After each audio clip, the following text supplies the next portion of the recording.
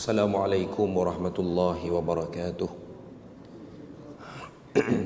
Innal hamdalillah nahmaduhu wa nasta'inuhu wa nastahdihi wa nastaghfiruh wa na'udzu billahi min shururi anfusina wa min sayyiati a'malina.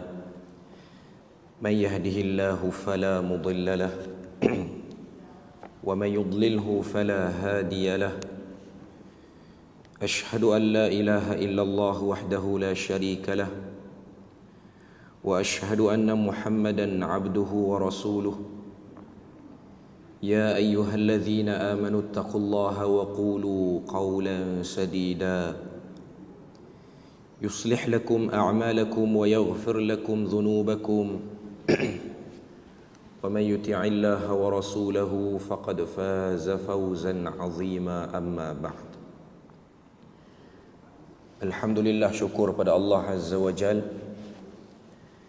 kerana dengan rahmat dan juga limpah kurnia yang Allah Ta'ala berikan dapat kita bersama pada malam ni menyambung perbahasan daripada Mukhtasar Syu'abul Iman oleh Al-Imam Al-Qazwini ataupun 77 cabang iman. Terakhir kita berhenti pada cabang iman yang ke-14 perbahasan kita. Malam ni kita sambung situ. Maknanya kita berhenti sebelum ni yang ke-13. Malam ni kita sambung yang ke-14. Di bawah tajuk beriman bahawa wajib mencintai Nabi sallallahu alaihi wasallam. Kita tengok pada muka surat 21. Untuk cabang iman yang ke-14, penyusun kepada buku ni, saya minta maaf malam ni suara saya kurang elok sikit. Dia lama dah tak sakit tekak ni. Last sakit tekak bulan 12 tahun lepas. Padan kalau kena pun nak dekat setahun dah. Okey. Dan saya tak nak batal kuliah malam ni walaupun saya rasa perik saya nak bercakap. Sebab esok, lusa sampai hari Khamis memang saya tak ada kuliah, jadi saya boleh rehat lah. Jadi saya kekalkan malam ni ada sebab saya rasa tuan-tuan boleh dengar lagi suara saya sikit pun. Okey, tuan-tuan tengok muka surat yang ke-21. Untuk cabang iman yang ke-14, beriman bahawa wajib mencintai Nabi sallallahu alaihi wasallam. Dia tak datangkan ayat Al-Quran.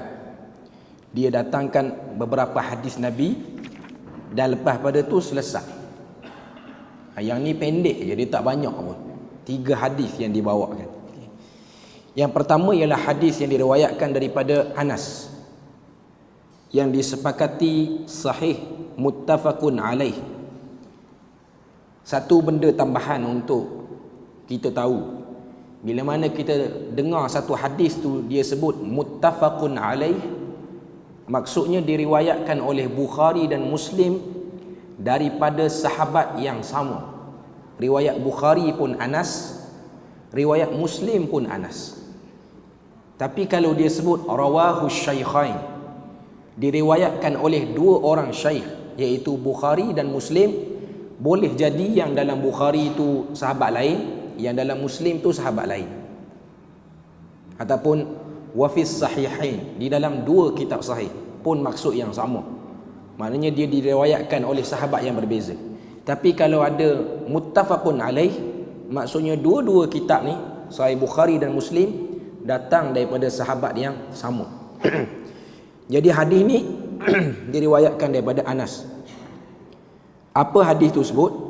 La yu'minu ahadukum hatta akuna ahabba ilaihi min walidihi wa waladihi wan nasi ajma'in.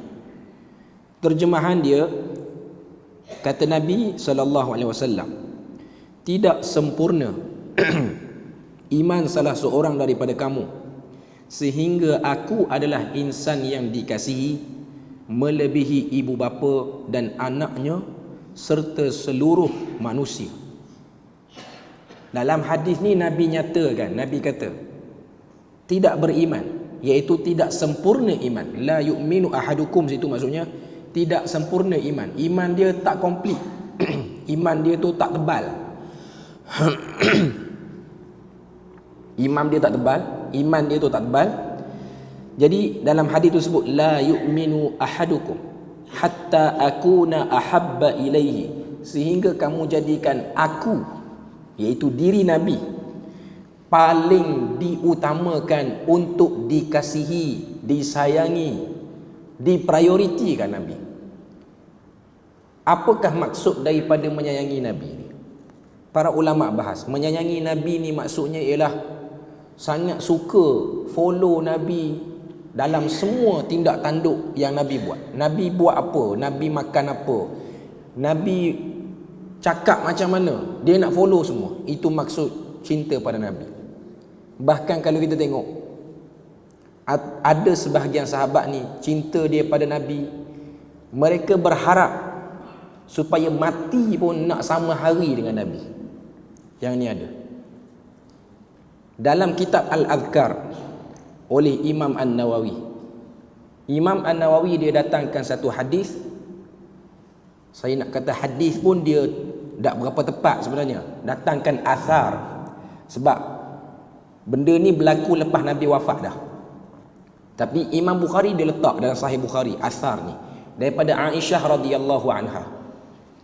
Aisyah kata, dakhaltu ala Abi Bakrin radhiyallahu anhu. Aku masuk tengok ayah aku ni di ujung-ujung usia dia. Ta'ni wa huwa marid. Kata Aisyah, waktu ni Abu Bakar, ayah dia sakit berat. Faqala, lalu kata ayah dia ni, Abu Bakar ni, kata Abu Bakar As-Siddiq ni, fi kam kafantun an-nabiyya sallallahu alaihi wasallam. Nabi dulu waktu dia wafat dikafankan dengan berapa helai kain kafan? Abu Bakar tanya. Abu Bakar bukan tak tahu, tapi dia tanya ni sebab dia ada maksud di sebalik tu. Lalu jawab anak dia yang merupakan isteri kepada Rasulullah. Apa dia kata? Faqultu fi salasati aswab. Nabi ni dikafankan dengan 3 lapis kain kafan. Lepas pada tu Abu Bakar pun kata, fi ayyi yaumin tuwfiya Rasulullah sallallahu alaihi wasallam. Pada hari apa Nabi ni wafat? Bukan Abu Bakar tak ada, dia tahu. Waktu Nabi wafat tu dia orang penting yang memang ada dekat dengan Nabi. Bahkan dialah orang yang bertanggungjawab menenangkan Umar Al-Khattab yang pada waktu tu dia macam emosi. Kita baca dalam sirah, kita tengok macam mana Umar ni waktu dia dengar berita Nabi dah wafat, dia kata, siapa kata Nabi mati, aku pancung kepala dia. Abu Bakar pun bangkit, naik di tempat tinggi, berkumpul di satu kawasan, dikatakan tu di Saqifah Bani Sa'idah, hari ini dekat dengan Masjid Nabi. Abu Bakar kata, man kana ya'budu Muhammadan fa inna Muhammadan qad mat. Siapa-siapa yang menyembah Nabi Muhammad, Nabi Muhammad hari ini dah mati. Man kana ya'budullah, siapa-siapa yang menyembah Allah, fa innallaha hayyun la yamut. Allah Ta'ala itu maha hidup dan dia tak pernah mati. Maknanya dia zat yang kekal selama-lamanya. Cuma dalam asar ni, Aisyah ni dia macam pelik. Kenapa ayah dia tanya soalan ni? Ayah dia tanya, fi ayyi yaumin tuwfiya Rasulullah sallallahu alaihi wasallam. Hari apa Nabi wafat? Maka Aisyah pun kata, yaumal itsnain, hari Isnin. Qala fa ayyu yaumin hadha? Lalu Abu Bakar pun tanya, hari ni hari apa? Hari ini ni hari apa? Maka jawab anak dia Aisyah, yaumul itsnain, hari ni hari Isnin. Kata Abu Bakar, arju fima baini wa bainal lail, aku berharap agar aku ni diangkat ataupun ditarik roh aku ni pada hari ini, sama ada siang ni ataupun membawa kepada malam ni. Ini Isnin malam Selasa. Fa nadhara ila thawbin alaihi kana yumarradu fih. Lalu Abu Bakar pun duk tengok baju dia tengah sakit tu. Fihi rad'un min za'faran. Baju dia ni ada kesan daripada za'faran. Za'faran ni bahan yang digunakan untuk mewangikan pakaian. Dia pun kata irsilu thawbi haza, tolong basuh baju aku ni. Wazidu alaihi thawbain, dan tolong tambah 2 helai lagi kain. Sebab nak preparation nak mati ni. Fakaffinuni fiha, dan kafankanlah aku dengan kain ni kalau aku mati. Qultu inna hadha khalaq, kata Aisyah, kain ni dah buruk, kain ni dah lama dah, pakai kain lain. Lalu kata Abu Bakar, innal hayya ahaqqun bil jadid minal mayyit. Kata Abu Bakar, orang yang hidup lebih berhak nak pakai kain baru daripada orang yang nak mati. Orang yang nak mati ni tak perlu sibuk cari kain yang baru. Innama huwa lil muhlah, kerana kain yang buruk ni ialah untuk orang yang nak meninggalkan dunia dia.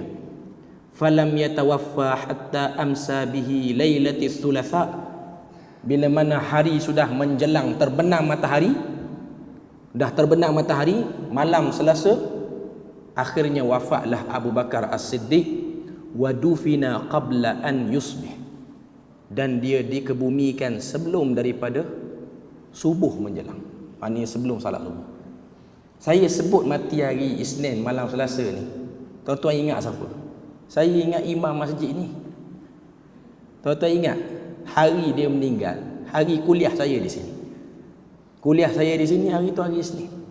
Saya kalau pandang situ, saya teringat itulah tempat dia duduk sebelum dia keluar daripada masjid. Tu kawasan tu, dekat adik yang baju hitam tu duduk. Itu dia punya kawasan dia. Sebelum anak dia ada, lepas tu dia keluar, dia panggil balik anak dia keluar balik pada waktu tu. Dia telah meninggal pada malam Isnin malam Selasa. Dia meninggal pada hari itu. Kita tengok daripada, tuan-tuan tengok, sebahagian yang ada kuliah malam ni pun tengok dia pada malam tu. Dia jadi imam, dia baca surah An-Nasr. Itu ayat Quran terakhir yang dia baca, yang saya ingat rakaat kedua dia jadi imam. Ayat last dia baca, idza jaa nasrullahi wal fath wa ra'aitan nasa yadkhuluna fi dinillahi afwaja fasabbih bihamdi rabbika wastaghfirhu innahu kana tawwaba. Itu kita andaikan itu ayat Al-Quran terakhir dia baca. Kalaulah dia baca ayat kursi, dan kita harap dia bacalah lepas daripada dia salat maghrib tu, dia termasuk dalam hadis yang diriwayatkan oleh An-Nasa'i, Nabi kata tiada orang yang lepas pada salat fardu dia membaca ayat kursi, dia mati, tiada yang menghalang dia untuk masuk syurga melainkan kematian. Tiada yang menghalang dia untuk masuk syurga melainkan kematian. Tapi pada saya sendiri, saya tengok jelas tanda-tanda husnul khatimahnya jelas. Kita bukan nak kata confirm, tapi kita berharap. Tapi malam yang dia mati itu termasuk daripada hari Isnin yang sahabat pun mati pada malam tu. Sebab tu para ulama bahas antara meninggal hari Jumaat dengan meninggal hari Isnin, mana afdal? Afdal hari Isnin. Sebab Nabi meninggal pada hari Isnin. Tidak akan ada hari yang lebih baik melainkan hari yang Nabi berlaku apa-apa pada diri dia, hari itulah yang hari yang paling baik. Hari itu hari yang paling baik. Sebab tu Nabi lahir pada hari Isnin dan Nabi pun wafat pada hari Isnin juga. Jadi nak katanya Abu Bakar ni, saya nak orang kata apa, nak kaitkan dengan hadis pertama ni. Nabi kata tak beriman kamu sehingga kamu jadikan aku sayang. Kamu ni sayang pada aku sehingga kamu jadikan aku ni makhluk yang paling kamu sayang.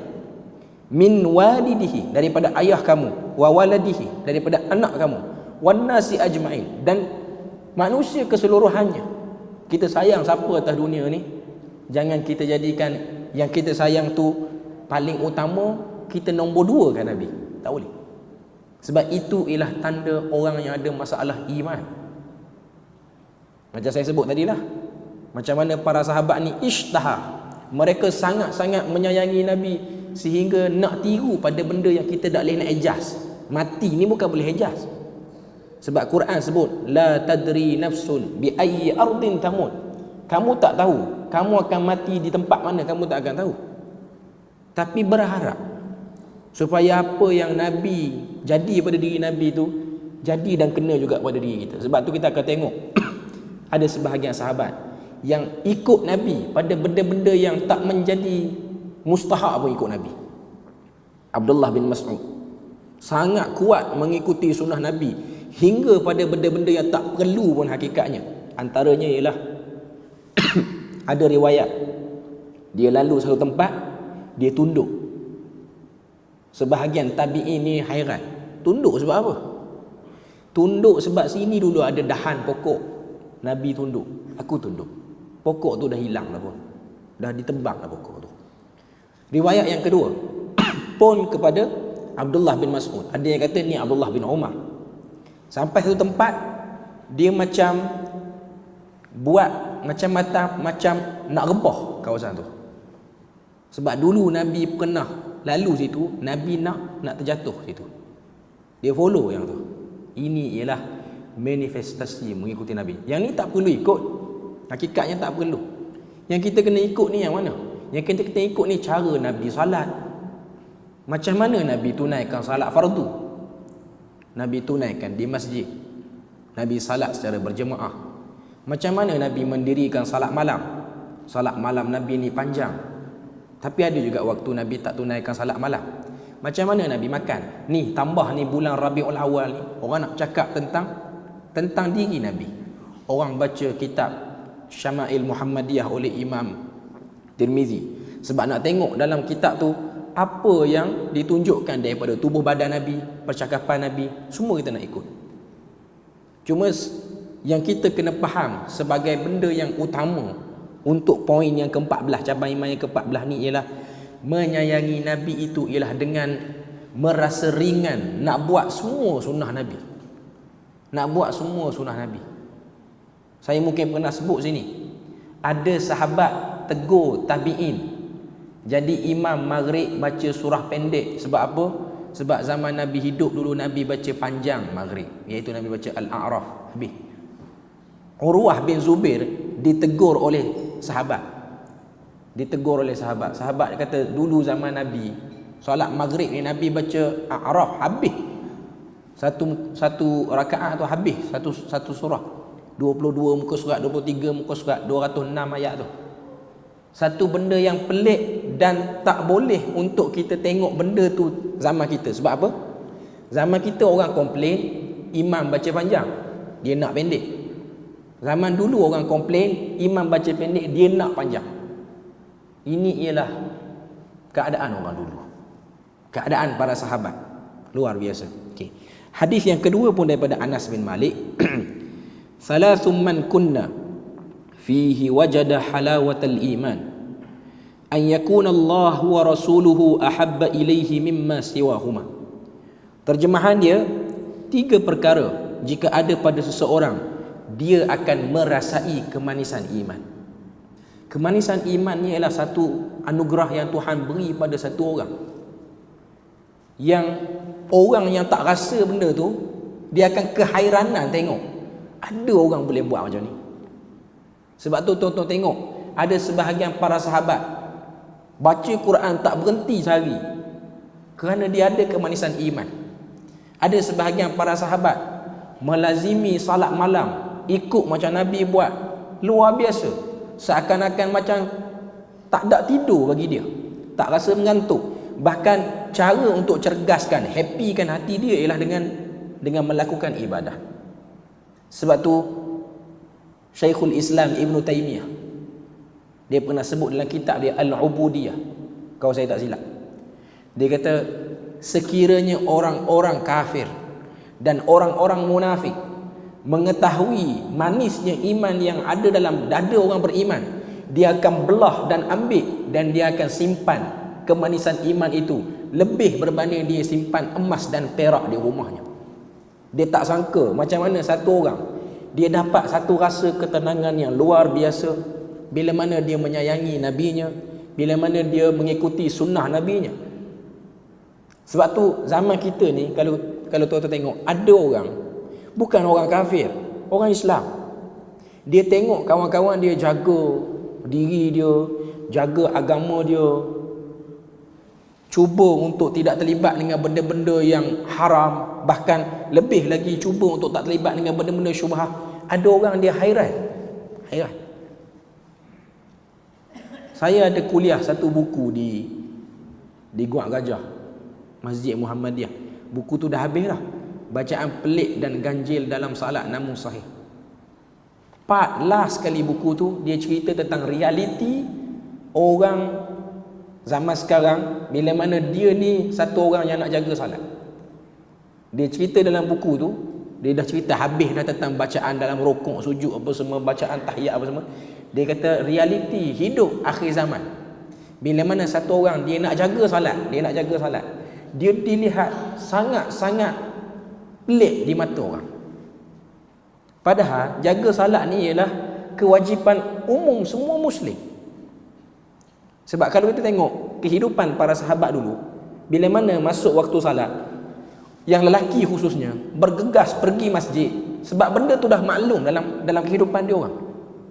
Zaman kita ni kalau tuan-tuan tengok, ada orang 20 minit, setengah jam sebelum masuk waktu salat, dia dah kalut nak pergi masjid, dia dilihat pelik oleh orang. Bukan dilihat pelik oleh orang kafir, dilihat pelik oleh orang Islam sendiri. Ada kawan-kawan dia kata, "Uish, apa awal sangat pergi? Relax dulu, minum kopi dulu." Ini kawan-kawannya jahanam ni. Dia selalu mengajak kepada benda-benda yang tak sepatutnya. Padahal itulah manifestasi orang yang meletakkan agama dia di hadapan dia betul-betul. Dia gelisah sekiranya dia tak dapat membesarkan syiar agama. Sebab kita kena tahu, khususnya bagi orang lelaki, salat berjemaah di masjid ni dia syiar. Sebab tu Tuhan sebut dalam Quran, "Innama ya'muru masajidallah man amana billahi wal yaumil akhir wa amila salihan." Orang-orang yang memakmurkan masjid Allah, macam tuan-tuan semua yang datang ke masjid ni, bila mana kita datang sini ni, Tuhan kata yang boleh datang ni ialah orang yang ada rasa beriman pada Allah dan percaya pada hari kiamat. Sebab apa? Sebab masjid hakikatnya tambah zaman dulu bukanlah masjid yang seindah sekarang.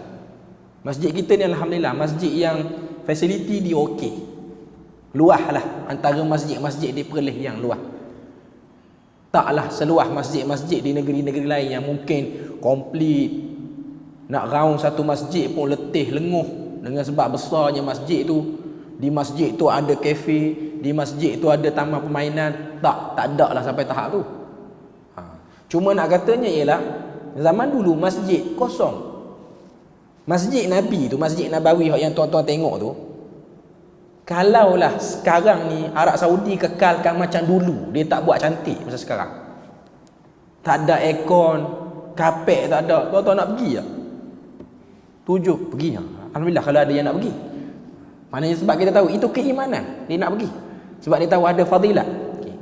Cuma ada orang dia nak pergi kan dia nak tengok atap yang terbuka, asar tu je, tak lebih daripada tu. Cuma nak katanya itu, kalau kita tengok Masjidil Haram sekarang, kalau dikekalkan Kaabah tu tak ada mataf dengan marmar tu, dia tanah semata-mata, macam orang-orang kita dulu pergi dengan kapal apa semua tu. Maknanya dalam keadaan panas, tak ada apa-apa benda yang menyamankan, dia bukan benda mudah.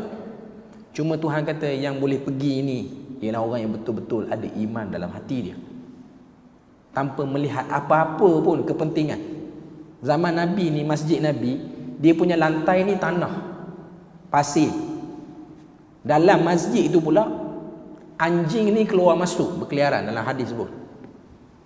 Sebab tu ada riwayat sahabat-sahabat Nabi bila mana dia orang nak preparation nak salat ni, dia orang akan kambus najis anjing tu, tai anjing tu dengan pasir, timbus balik. Sebab memang anjing berkeliaran. Sebab zaman tu dia tak ada pintu, dia keluar masuk macam tu je. Dan bersihkanlah sikit-sikit kalau ada air kencing anjing apa semua tu. Cuma nak katanya masjid zaman Nabi ni dia bukan macam masjid zaman kita yang kalau kita rasa penat, kita nak berhenti rehat, kita main berehat masjid sebab duduk dalam masjid ni sejuk, orang pasang aircon. Zaman tu taklah sekondusif zaman sekarang. Tapi ada sebahagian sahabat dia duduk, dia melazimi masjid, berada di masjid. Cuma nak sebutnya itulah bahagian daripada ikut Nabi sallallahu alaihi wasallam. Sebab tu orang yang ada kemanisan iman, orang lain tengok dia pelik. Macam mana dia boleh stay dengan cara tu, sedangkan pada zaman sekarang tak ramai orang minat dengan kebiasaan ini. Kebiasaan ni bukan kebiasaan yang kebanyakan orang minat. Biasanya orang minat buat benda lain, tapi dia minat buat benda ni.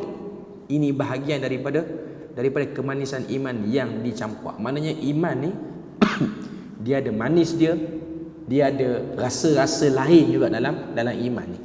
Hadis yang ketiga muka surat 22. Hadis yang diriwayatkan daripada Anas juga dalam As-Sahihain, jaa rajulun ila an-nabiy sallallahu alaihi wasallam faqala ya Rasulullah mata as-sa'ah. Datang satu orang sahabat yang tak diketahui nama dia apa, dia pun tanya Nabi, ya Rasulullah mata as-sa'ah, bila berlakunya kiamat? Faqala ma a'datta laha. Nabi tanya, apa yang kamu sediakan, persediaan untuk menghadapi kiamat? Faqala ya Rasulullah, jawab lelaki itu, ya Rasulullah, ma a'dattu laha kathiras siyam wala sadaqah. Aku tak bersedia untuk hari kiamat ni dengan sedekah yang banyak dan juga puasa yang banyak. Illa anni uhibbullaha wa rasul, kecuali aku mencintai Allah dan Rasulnya. Qala anta ma'a man ahbabta. Kata Nabi, kamu di akhirat nanti akan bersama dengan orang yang kamu cintai dan sayangi. Dalam syarah sebahagian para ulama sebut, jawapan lelaki ni, dia kata, aku tak sediakan sedekah yang banyak dan juga puasa yang banyak. Adakah jawapan ini bersifat literal? Memang betul dia kaki tak puasa dan juga orang yang tak berapa banyak beri sedekah. Sebenarnya jawapan tu ialah jawapan tawaduk semata-mata. Dia orang yang banyak beri sedekah juga, dia orang yang banyak puasa, cuma dia rasa puasa dan sedekah dia tu sikit. Dia rasa macam tak secure. Sebab tu dia pergi tanya. Para ulama kata, kenapa dia orang, sebahagian para ulama kata dia ni banyak amalan dia? Sebab orang yang buat amalan dan dia rasa amalan tu, orang kata apa, dia ikhlas dalam amalan dia, orang yang macam ni lah dia akan cemas dengan hari kiamat. Dia akan cemas. Dia akan rasa, ish, kalau berlaku kiamat ni, kalau tak laku amalan aku buat ni, masaklah aku nak pergi dekat siapa? Aku tak tahu nak pergi mana. Sebab tu dia pergi tanya Nabi, mata sa'ah, bila berlaku kiamat? Supaya dia boleh buat satu perancangan lagi yang mungkin lebih tersusun untuk amalan-amalan kebaikan untuk dibawa bekal. Itu yang dimaksudkan. Sebab yang datang tanya Nabi ni, dia bukan datang tanya dalam keadaan main-main. Dia tanya ni ialah dalam keadaan yang serius. Dia ada rasa tak selamat dengan amalan dia tu. Dia bukan macam sebahagian orang, dia cari je tanda kiamat, tapi dia sendiri bersikap macam orang tak percaya kiamat. Cari saja. Tengok sekeliling, kita ni dekat dah akhir zaman. Dia still lagi menipu orang, hutang orang pun tak bayar, sembahyang pun jarang-jarang, tahu je tanda kiamat. Yang ni tak serius. Yang ni, yang datang tanya ni ialah orang yang betul-betul ada rasa concern terhadap benda tu. Okey. Habis untuk cabang iman yang ke-14. Poinnya ialah, sebagai kesimpulan untuk cabang iman yang ke-14 ni, menyayangi Nabi, mencintai Nabi dengan menjunjung sunnah. Bukan menyayangi Nabi di mulut semata-mata, tapi bila mana datang orang bentangkan amalan-amalan, kebiasaan-kebiasaan Nabi, kita tak bersetuju dengan kebiasaan tu. Kita tak rasa nak buat dengan kebiasaan tu ataupun sunnah tu. Itu hanya sayang palsu saja. Mulut je kata sayang. Okey. Cabang iman yang ke-15. Beriman bahawa wajib memuliakan Nabi, mengagungkan dan meninggikannya. Sini dia ada datangkan beberapa dalil daripada Al-Quran. Banyak jugalah dalil daripada Al-Quran ni. Okey. Firman Allah Ta'ala surah Al-Fath, Allah Ta'ala sebut, wa tu'azziruhu wa tuwaqqiruh, dan kamu kuatkan agamanya serta memuliakannya. Ayat ni panjang lagi.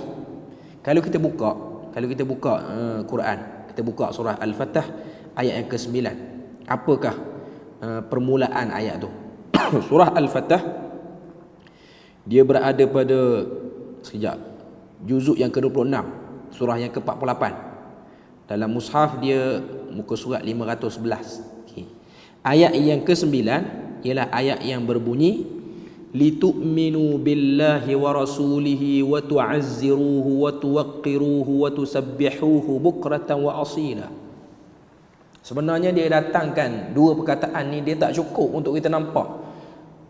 Untuk kita faham lebih lagi, kita kena baca ayat 8 dan juga 9. Allah Ta'ala sebut pada ayat yang ke-8 surah Al-Fatih, inna arsalnaka syahidan wa mubasysyiran wa nadhira. Kami hantar kamu wahai Muhammad kepada manusia ni, kepada kaum kamu ni, sebagai tukang yang menjadi saksi, orang yang menjadi saksi terhadap dakwah Nabi terdahulu sampai. Wa mubasysyiran, dan pemberi berita gembira. Wa nadhira, dan pemberi amaran. Litu'minu billah, bila mana kamu jadi syahidan, kamu jadi mubasysyiran, kamu jadi nadhira, dan orang-orang yang dengar semua benda-benda yang kamu bawa ni, tujuannya ialah litu'minu billah, untuk beriman kepada Allah, wa rasulihi, dan juga kepada rasulnya, wa tu'azziruhu, dan kuatkan agamanya, wa tuwaqqiruhu, dan memuliakan, wa tusabbihuhu bukratan wa asila. Ayat ni menarik sebab apa? Sebab dalam ayat ni ada beberapa amalan-amalan yang bersifat amalan qalbi, amal dalam hati, dengan amalan yang bersifat amal qauli, amal dengan lidah. Apa dia? Tu'azziruh dan tuwaqqiruh itu ialah memulia dan menguatkan agama dengan kita sematkan dalam hati kita. Kita pergi mana-mana pun kita tunjukkan kita ni Muslim. Jangan takut untuk mempamerkan diri anda sebagai Muslim. Jangan takut. Dan jangan terkesan dengan orang agama lain sehingga kita jadi kecut di hadapan orang agama lain. Jangan. Agama ni mulia. Agama ni mulia. Bersikaplah seperti orang yang ada jati diri membawa agama ni. Okey. Cara nak bagi diri kita ni kuat benda tu, kuat nak muliakan agama, kuat nak ataskan agama ni, apa dia? Hujung ayat ke-9 tu. Wa tusabbihuhu bukratan wa asila. Bertasbihlah kamu pada waktu pagi dan petang. Sebab dengan tasbih saja kita boleh bawa jati diri tu dengan baik. Kurang tasbih memang kita akan jadi penakut. Kurang tasbih kita akan tak rasa kuat nak bawa agama ni. Sebab tu dalam ayat yang lain Allah Ta'ala sebut kepada Nabi sallallahu alaihi wasallam. Apa dia? Allah Ta'ala kata kepada Nabi SAW, fasbir ala ma yaqulun. Ini surah Taha. Bersabarlah kamu wahai Muhammad atas caci maki, celaan-celaan musyrikin Mekah. Wasabbih bihamdi rabbika qabla tulu'is syams. Taha ayat 130. Tuan-tuan boleh tanda. Taha 130. Okey. Wasabbih bihamdi rabbika. Tasbihlah dan tahmidlah kepada Tuhan kamu sebelum matahari terbit, wa qabla ghurubiha, dan sebelum matahari terbenam, wa min ana al-laili, dan juga di akhir malam, fasabbih wa atrafan nahar, dan bertasbih juga pada bahagian siang, la'allaka tarda, moga-moga kamu diredai oleh Allah Azza wa Jalla. Ayat 130 surah Taha ni dia lebih kurang dengan ayat 9 surah Fatah yang nak sebut pada kita wajib memuliakan, meninggikan agama.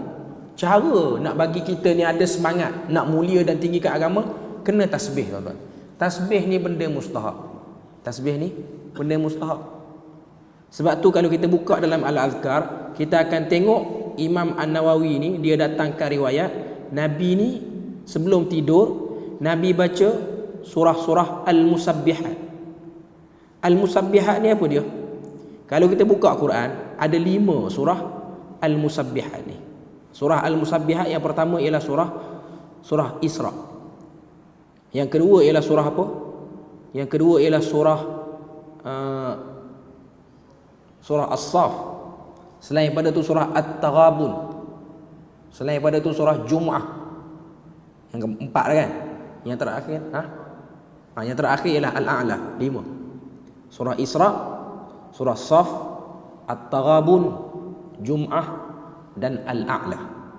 Sebelum tidur Nabi baca 5 ni. 5 surah ni Nabi baca. Yang agak panjang Isra' lah. Yang lain-lain tu kalau sebelum tidur rasanya tak ambil masa sampai sejam. Untuk At-Taghabun, Jum'ah, Saf dengan Al-A'la tu. Paling-paling malas pun bacalah Al-A'la. Tu yang paling ringkas. Maknanya kita kena buat. Sebab tu kalau tuan-tuan perasan, pentingnya tasbih ni. Tasbih ni dia boleh menaikkan sifat sabar dalam diri satu orang. Sebab Allah Ta'ala sebut, fasbir ala ma yaqul. Kamu sabar, kamu tasbih pagi, petang, siang, malam, kamu boleh sabar. Itu 130 surah Taha. Tuan-tuan perasan, doa ketika mana naik kenderaan, macam mana bunyi dia? Subhanalladzi sakhkhara lana hadza wa ma kunna lahu muqrinin wa inna ila rabbina lamunqalibun. Permulaan doa tu ialah dengan subhana. Sebab apa tuan-tuan? Sebab memandu kenderaan ataupun menunggang haiwan kenderaan ni memerlukan kesabaran.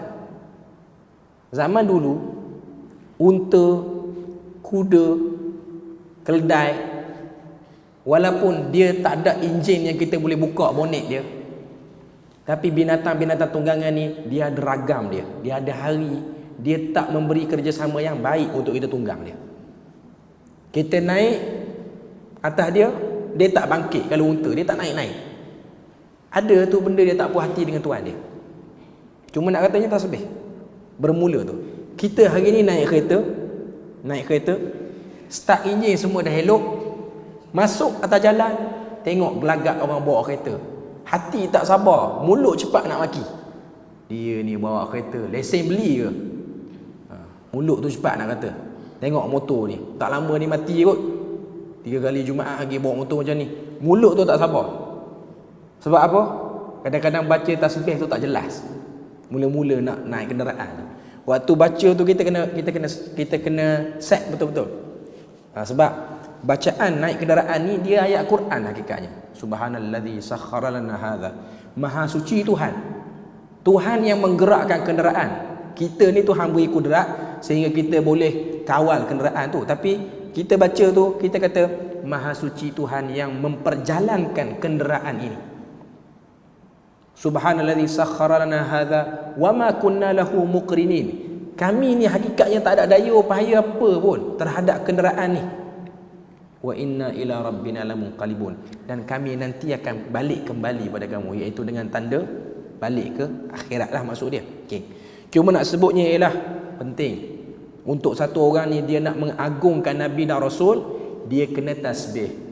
Sebab tu hadis terakhir dalam Sahih Bukhari apa dia? Kalimatan khafifatan ila rahman saqilatani fil mizan.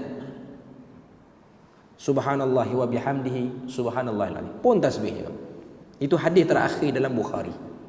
Lazimi tasbih. Sebab tu kalau kita buka zikir pagi dan petang, subhanallahi wa bihamdihi dengan subhanallahil azim ni, kita boleh baca berapa banyak kita nak baca pun tak terhad. Pada 100, 200 tak terhad. Nak kata penting tasbih awal pagi, tasbih akhir malam, tasbih akhir siang, tasbih tengah malam, tasbih mana-mana tempat tuan-tuan boleh tasbih. Dalam solat kita pun banyak juga rukun-rukunnya kena tasbih. Dalam sujud kena tasbih, dalam rukuk kena tasbih. Sujud tilawah pun ada unsur tasbih. Okay, kan? Maknanya banyak benda ni kita kena tasbih. Bahkan salat witir tu pun ada tuntutan untuk baca surah Musabbihat tu. Hari Jumaat imam jadi imam dituntut untuk baca Al-A'la juga dengan Al-Ghasyiyah. Maknanya dimulai dengan surah tasbih. Nak kata tasbih ni dia kena jadi darah daging kita. Orang ni dia nak jadi ada jati diri, dia kena banyak tasbih. Bertasbih ni maksudnya ialah kita sedang memberikan bergantung harap yang sebenar-benarnya pada Tuhan. Cuma terjemahan bahasa Melayu dia terjemah apa? Maha suci Tuhan. Tuhan dah suci dah, kita yang kotor ni. Waktu kita sebut subhanallah tu, kita sedang membersihkan diri kita daripada bergantung dengan makhluk. Kita nak bergantung pada dia. Itu maksud dia. Okay. Dalil yang kedua. daripada surah Al-A'raf ayat 157. Allah Ta'ala sebut, "Falladzina amanu bihi wa 'azzaruhu wa nasaruhu." Maka orang-orang yang beriman kepadanya dan memuliakannya juga menolongnya. Yang ni pun kita kena tengok dalam Quran, ayat penuh dia bagi sekerat-sekerat macam ni, dia tak berapa boleh nampak apa sebenarnya yang nak dibawa daripada ayat tu. Ya, surah Al-A'raf ayat 157. Al-A'raf surah yang ke-8 157. Apa firman dia? Allah Ta'ala sebut pada surah Al-A'raf ayat 157. Kalau kita buka dalam Quran, dia pada muka surat yang ke 170. Okay, ayat dia agak panjang sikit. Allah Ta'ala sebut, "Alladzina yattabi'una ar-rasula an-nabiyyal ummiyya alladhi yajidunahu maktuban 'indahum fit tawrati wal injil ya'muruhum bil ma'ruf wa yanhahum 'anil munkar ويحل لهم الطيبات ويحرم عليهم الخبائث ويضع عنهم إصرهم والأغلال التي كانت عليهم فالذين آمنوا به وعزروه ونصروه واتبعوا نور الذي أنزل معه أولئك هم المفلحون." Ayat ni penting. Allah Ta'ala beritahu yang ikut Nabi yang ummi ni, yang tak reti baca, tak reti menulis ni, yang namanya telah terdapat dalam Taurat dan Injil, kerjanya menyuruh kepada ma'ruf, melarang daripada mungkar, dan memberitahu benda-benda yang halal dimakan, benda-benda yang haram dimakan daripada khaba'ith. Wa yada'u anhum israhum wal aghlal allati, wa yada'u anhum israhum tu maksudnya menghapuskan daripada kamu belenggu-belenggu yang boleh mendedahkan kita pada dosa. Datangnya Nabi ni, Nabi cabut pada bahu kita ni, kita punya dekatnya dengan dosa. Sebab kalau Nabi tak datang, kita langgar semua yang Tuhan larang pun kita langgar. Jadi antara tugas Nabi ni, yada'u anhum israhum wal aghlal allati kanat alaihim. Dia cabut belenggu-belenggu yang menyebabkan kita boleh sesat tu. Falladzina amanu bihi, Allah Ta'ala kata, yang beriman dengan Nabi ni, wa 'azzaruhu, yang memuliakannya, wa nasaruhu, yang menolongnya, wattaba'u nural ladzi unzila ma'ah, dan mengikut ajaran kitab yang diturunkan dengannya, ulaika humul muflih, mereka ini orang-orang yang berjaya. Tuan-tuan kena beri perhatian bila mana Allah Ta'ala mention dalam Quran berjaya, apa kena buat. Sebab kita ni memburu kejayaan yang dimaksudkan sini adalah kejayaan akhirat. Macam mana kita baca surah Al-Mu'minun, Allah Ta'ala sebut, qad aflahal mu'minun alladzina hum fi salatihim khashi'un. Pasti berjaya orang-orang beriman yang salatnya itu khusyuk. Maksud salat khusyuk ni, salah satu daripada apa yang disebutkan oleh para ulama ialah salat pada tepat waktunya, dengan persediaan. Maknanya dia dah tahu, dia ada preparation untuk salat. Saya banyak kali sebut benda ni. Saya rasa minggu ni kerap saya sebut benda ni. Sebab benda ni lah yang paling penting. Saya duk amati masalah muslimin hari ni, tak ada cara lain melainkan dia kena baiki salatnya. Macam-macam mana pun kita nak jadikan salat kita tu betul-betul berkesan pada diri, kita kena baiki salat tu, iaitu dengan khusyuk. Kita kena patuh tentatif Tuhan. Kalau Tuhan kata sekarang ni isyak, okey, sekarang ni juga kita kena bersedia untuk mendirikan salat isyak.